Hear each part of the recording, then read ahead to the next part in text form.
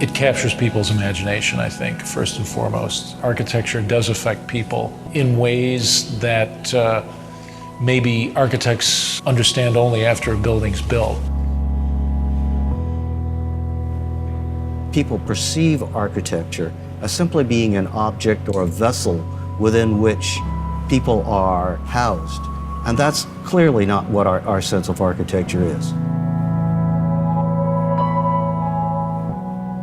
What the hell is an architect? What does an architect do? You know, what is the difference between an architect and a builder?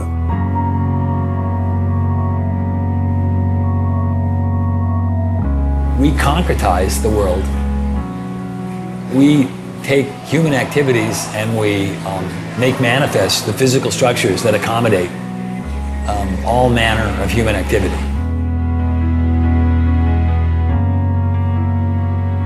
The design studio is a place where individual action and individual creativity is measured very directly by the people around them.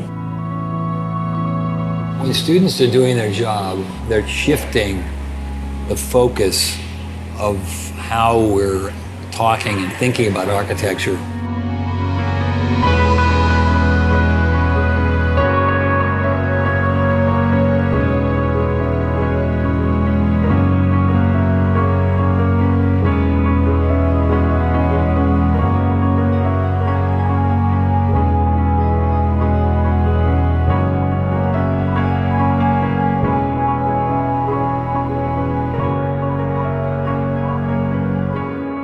Before you kind of come to architecture school, you sort of have this idea about objects and things like that, and then once you get here, it becomes all about space and all about occupation. And people sort of see a lot, architecture sort of sculpturally, and there's a point at which you stop dealing with objects, sort of things to stare at, and you start dealing with occupation. I have a lot of friends who find it really hard to understand like my schedule here and how we function here and being here at strange hours of the day and working environment and what studio space is like. And the way of working too, Yeah. That's really important. Yeah, So, absolutely. And also the idea of being critiqued. Like being critiqued is it's a foreign concept really, to a really business foreign student. concept. Yeah. The design studio is a place where students have to perform on their own. They have to create something from their own imagination. They have to create something in response to a set of problems that are either given to them or they have to even invent the problem.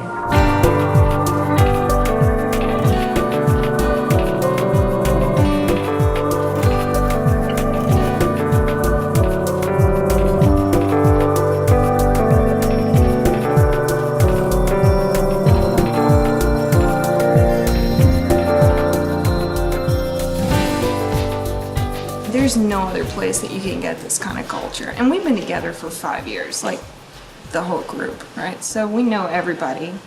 Everybody knows everything. It's like a second home. It's like a second community of people who are all struggling with the same questions.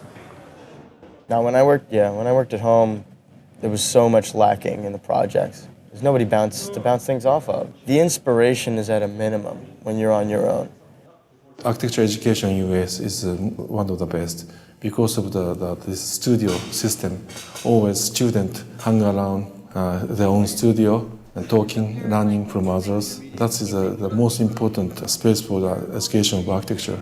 It's like they were hating on Robert Moses because he's so insensitive and he tore down neighborhoods and this, that, and the other. It's like, you know what? Get in a car, drive on the West Side Highway, take the Triborough Bridge into Manhattan. Okay. And then you will understand what he was trying to do. That visual procession in the automobile, spectacular. No. It is spectacular. You're thinking about it now because oh yeah, of course. Now we sit in traffic and we look at it. But back then, like the city had to make that transformation. The great thing about architecture schools is it still takes place in a kind of space where people discuss the work together in a kind of both a personal way, a one-on-one way, and in a very public way. Ultimately, there's a kind of arena. There's a public arena where the work is discussed, where students can present themselves personally to other people and show that they have a stake in the work and what they really think about the work. And that's extremely important, I think, to the development of an architectural project, because that's ultimately how architecture at certain points is really developed in the real world. And it's both an important lesson, but it's also a way in which, through that kind of intensely personal and human contact, that the work gets better.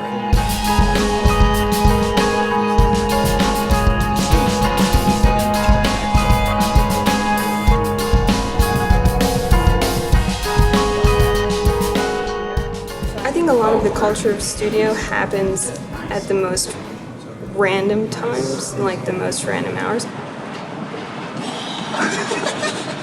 I hope that, yes.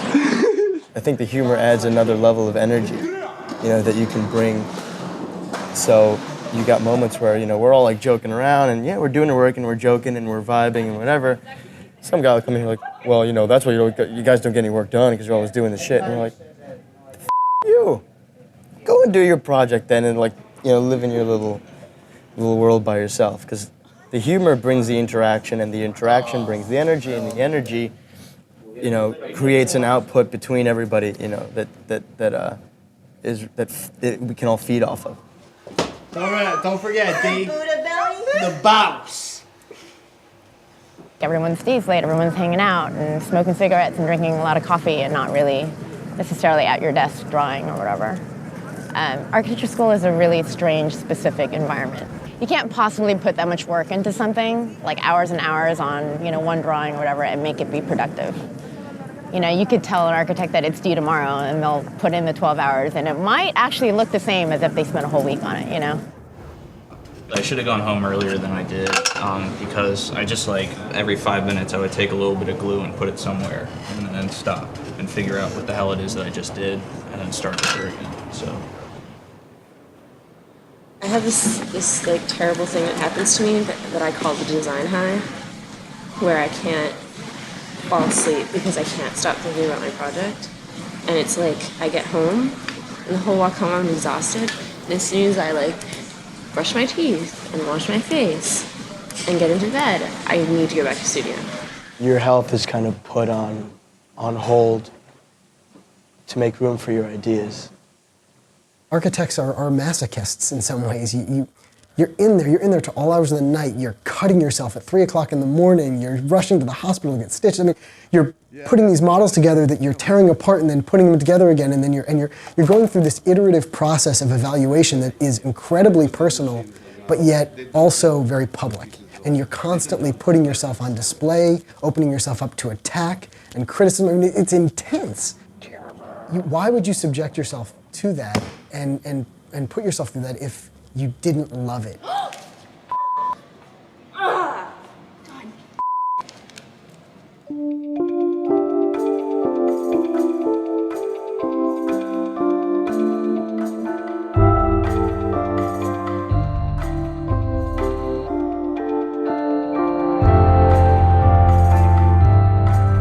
That's a conceptual mistake. A structural system does not separate between each unit. Usually the span of structure encompasses 3 or 4 units, or maybe more. Well, I understand, but I don't see why that has to necessarily be the case, especially. It necessarily be this case. It has to be this case. I understand that I don't have to, but I think it's important for the, It's for wrong. the resolution. It's fine. It's wrong. Why is it wrong? Tell us why it's wrong. Economically. It's not wrong. Systems. We could critique his whole project in terms of the economy. But you've done. Basically, they're these walls, Dan. In terms of his diagram. Yeah. It's how Those have to be every other third wall is structural. I mean, then that completely ruins the areas. It does not ruin anything. It wasn't necessary to have that conversation. The point was made, and then that's it. I understood the point. They understood or I thought he understood my point. I thought that should be the end of it, and then there were more important things to talk about and other people that had to talk to them, and still talking about it for 20 minutes. One thing that I always have an issue with is students get so frustrated if they don't have a good critique. I think they misinterpret what a good critique is. I mean, by definition, it's a critique, it's a criticism. So if you go into a critique and all the critics, all they can do is blow hot air up your ass and tell you how great the project looks, well, that's still not, to me, that's not a good critique. They didn't criticize anything. To me, a good criticism is if you can inspire enough thought based on what they see and what they hear. If it inspires enough thought, then they will criticize. Not criticize in the sense of attacking. They're going to criticize because whatever you showed them inspired enough thought that they have their own opinion about the thing now. That's a criticism. I'm not gonna argue with you because I have a feeling it wouldn't be productive. We could go on all night. We could. I know that's not the point. You We're would trying stop and listen occasionally. We'd be able to find, some resting spot here where we're kind of talking about the same thing, and you allow us to help you. The other thing I think that is sometimes very negative is the idea that the student should be trained to do a sales pitch in this jury process. I mean, I think that really probably the student should at first be silent, and the jurors should really start to ask questions about the drawings and try to understand the project in a more Socratic way, rather than this sales pitch followed by criticism.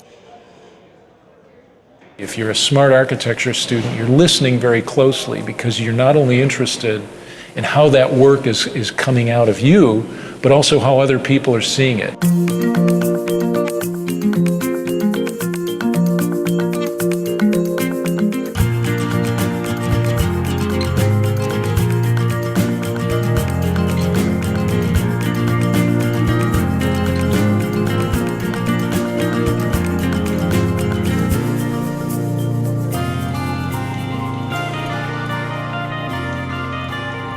The best architects, in my view, are the ones who bring a coherent view of the world to design. Those are the folks that become the best architects in the sense that they're the ones that progress the profession, innovate, create new ideas.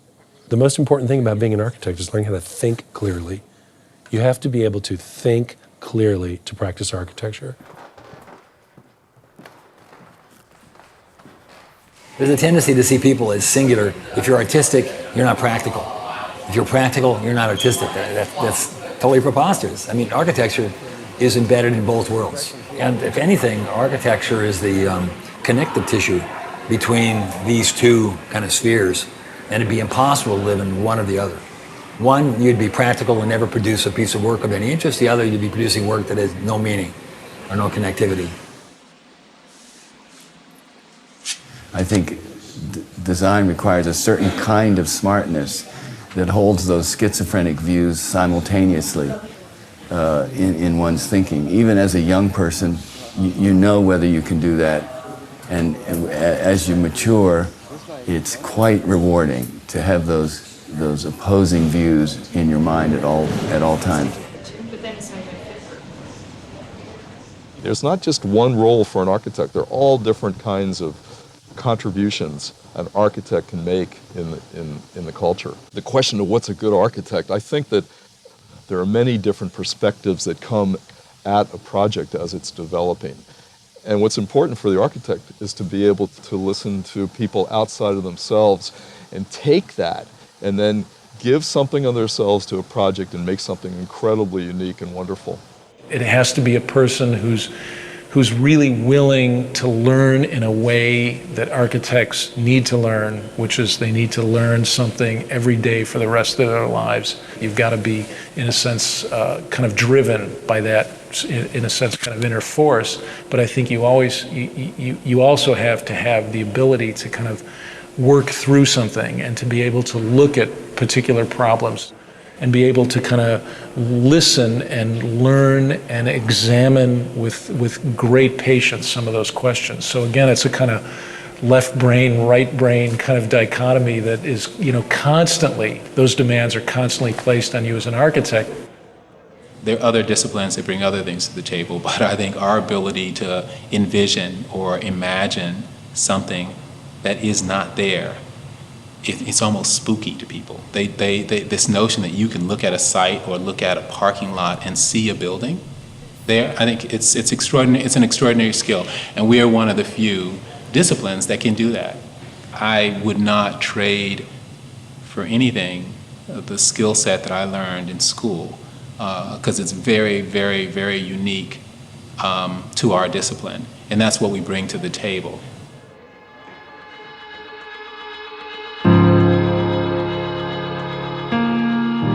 I don't believe schools of architecture, either historically or today, have particularly prepared young architects for the realities of architectural practice. Again, referring to this notion of a safe space where one can fail, where one can push the envelope in a sense. I think the academy always needs to be that. In a certain sense, you're a bit freer of the constraints of the real world.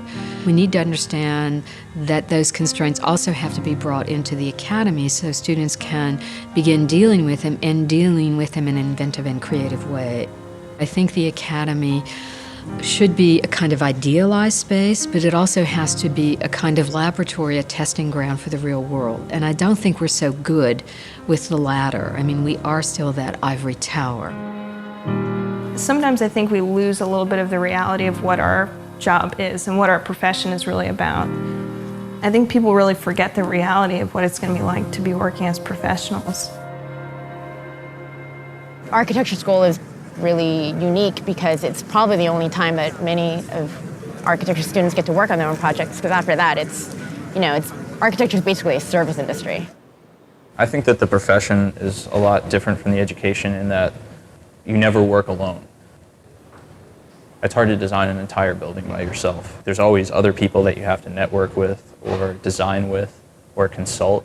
That collaboration is not usually present in school, which is a good thing and a bad thing, because during school you're trying to develop your own sort of way of working. You're very fast and you always predicting what I'm going to say. Their education is not preparing them to become kind of architects in the full sense of the word architect, being both poets and practitioners.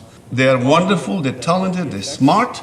The tragedy is that the students are not sufficiently prepared to be independent thinkers.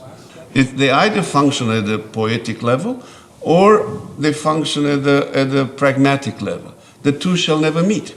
So we have to kind of help them put those two together. Do like a series of overlays where you'd start to see like if there's different spaces like this, how they would interact. So the walls are they're retaining walls. They're retaining earth. They're retaining memories. It's like an earthwork, yeah. But like if you give me a word like that, we can respond to it, right? Let me ask you this: why are they working just to put these things? They're making things, yeah, right? And they're making things because they want to create something of value, right? Mm-hmm. Why do they just want to put it in storage? Do I think I might not be an architect? Sure. The likelihood that I work in an office after I graduate is pretty high, though. I don't think that people have to be stuck there for like 3 years and then get their license and then they do their own stuff. I want to start doing my own stuff and work in an office. I look forward to seeing what's going to happen. I'm excited to see what my signature ends up being. I want to teach and I want to write and I want to work for a firm that will let me do all of these things. I want to get some experience in a larger firm to see how they work and see how they operate. Do that, and then hopefully the long-term goal is to, start my own practice. The remarkable thing to me is how optimistic students of architecture are, how they sustain that optimism. And again, it's almost a bit like an actor or actress, that they still cherish that belief that they're going to break out of the chorus line in some way, even though the reality, as it is on Broadway, is very, very different. In part, it could be how they very quickly imbibe this notion of the star architect and this belief that, against all odds, that they might be able to make it. Well, today I think a lot of people, when they think of architecture, they think of architects. They think of the handful of brand name architects that they might have heard of, which to me is rather limiting. People only know Frank Gehry, I mean, there's other architects out there that are doing better work, greater work, more important work than Gehry. The problem is that the way we teach architecture right now is we sort of train everybody to do that exact same thing. The whole sort of pedagogical model right now is around creating the next generation of star architects. That's actually a flawed model. For many years, everyone wanted to be like Frank Gehry. They wanted to create great sculptures in the landscape. Whether those sculptures worked or not was largely irrelevant. The ability to use aerospace engineering to come up with forms that hadn't been built before was considered to be a primary task of someone coming out of school. That's over. That's over.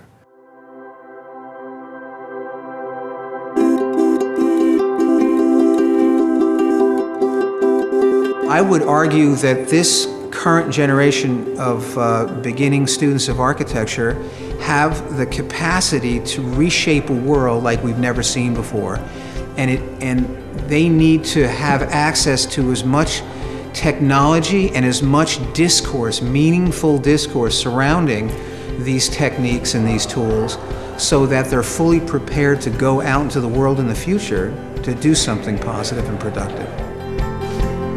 Students are coming out, they're working with individuals around the world who need shelter and who need ways of living that are affordable and supportable and sustainable. The students themselves have been pushing to force faculty to think differently about the way faculty see the environment, use the environment, and create objects that serve not just the aesthetic interests of the architect.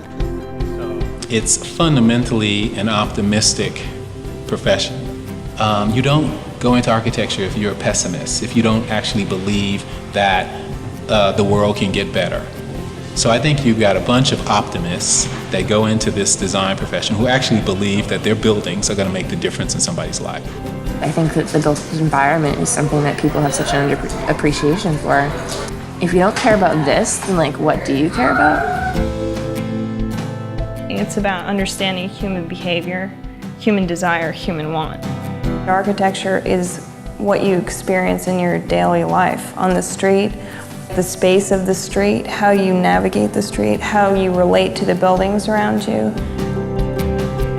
People tend to think architecture is done for and by other people. It's also done by you if you decide to maybe put a new window in your house or change the traffic flow in your house or your office. At architecture school, you got the freedom to, you don't like something, do something about it.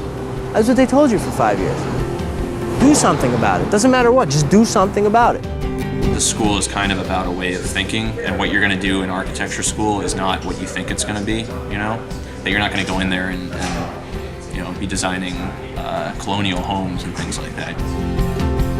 We don't just need shelter, we need atmosphere, and we need to be inspired. I think one of the most important things you can take from this school is not to lose your ambition.